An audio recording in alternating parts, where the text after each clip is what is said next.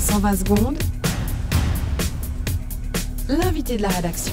Un médecin genevois a demandé à Swissmedic, dans une lettre publiée lundi par la RTS, que le baclofen soit reconnu officiellement comme traitement à l'alcoolodépendance, comme la France l'a fait récemment.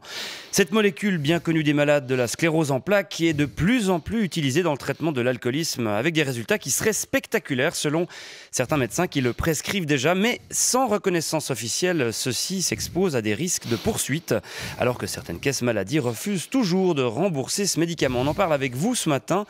Kustrim Bonzon, bonjour. Bonjour.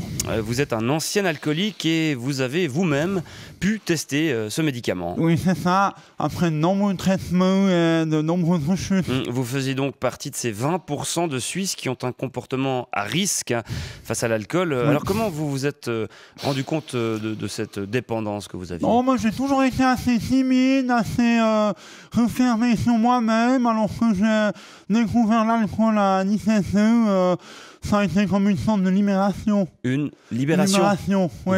C'est-à-dire que je descendais des litres de rouge coca, je battais tout le monde au karaoké, sur les neiges du Kilimanjaro, je me sentais fort, puissant, viril, presque indestructible. Et alors, vers quelle solution vous vous êtes tout d'abord tourné? Alors, tout d'abord, c'est ma femme qui m'a soigné. Votre femme, elle est Oui. infirmière ou... Non, mais elle a essayé de m'aider. Elle cachait systématiquement mes bouteilles sur les armoires, sous le lit, dans la caisse de mon chat, sans mouco. Mais on habitait un petit 9 pièces, alors j'ai eu vite fait de retrouver les plaques facilement. C'est donc un premier échec que vous avez essuyé là. Oui, ensuite on a essayé la dissuasion physique.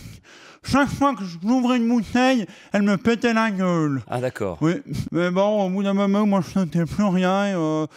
J'étais comme anesthésié par l'alcool. Ouais, forcément, donc cette deuxième solution s'est également avérée inefficace. Oui, c'est juste. Ensuite, ma femme m'a quitté, mon chat sans moucon est décédé, ça n'a pas aidé forcément. Donc, je me suis tourné vers l'homéopathie. L'homéopathie. L'homéopathie, notamment la Puerara lobata. La Puerara lobata. C'est quoi? C'est une herbe traditionnelle chinoise, mais assez vite, j'ai eu tendance à la mélanger avec du génépi, et patati et patatran. Ouais, et alors, est-ce que vous avez essayé une médication plus forte, traditionnelle peut-être? Oui, en effet, j'ai essayé l'antabuse. L'antabuse, oui, bien connu des alcooliques. Oui, mais bon, je ne pouvais plus manger de sauce à salade avec du vinaigre, ni de baba au rhum, ni de fondue. Alors bon, vivre sans fondue, c'est saoulant. Et c'est seulement ensuite donc, que vous avez pu tester le baclofen. Oui, c'est exact. Un traitement qui, selon les premières études, oscillerait entre 50 et 80% de réussite. Alors vous pourriez nous expliquer rapidement comment il agit sur votre addiction? Alors oui, c'est un antispastique. Un antispastique. Vous n'avez pas compris? Antispastique. Un antispasme. Vous savez que vous avez des spasmes, oui, d'accord, ça lutte contre les spasmes. Ça agit sur la spasticité des muscles. Le fait que vous êtes un peu en main, que vous avez vraiment envie de boire un verre, puis vous êtes tendu. C'est un mur relaxant en fait. Voilà, ça aide un peu les muscles.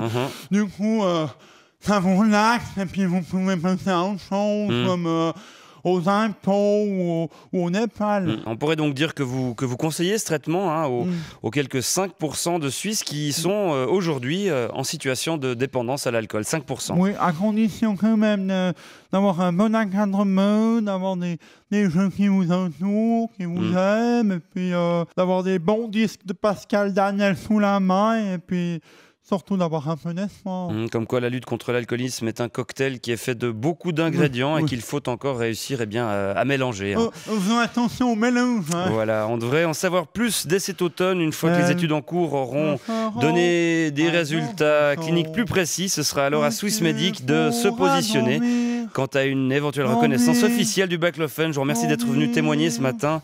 Kustrim Bonzon, et je vous souhaite une bien belle journée.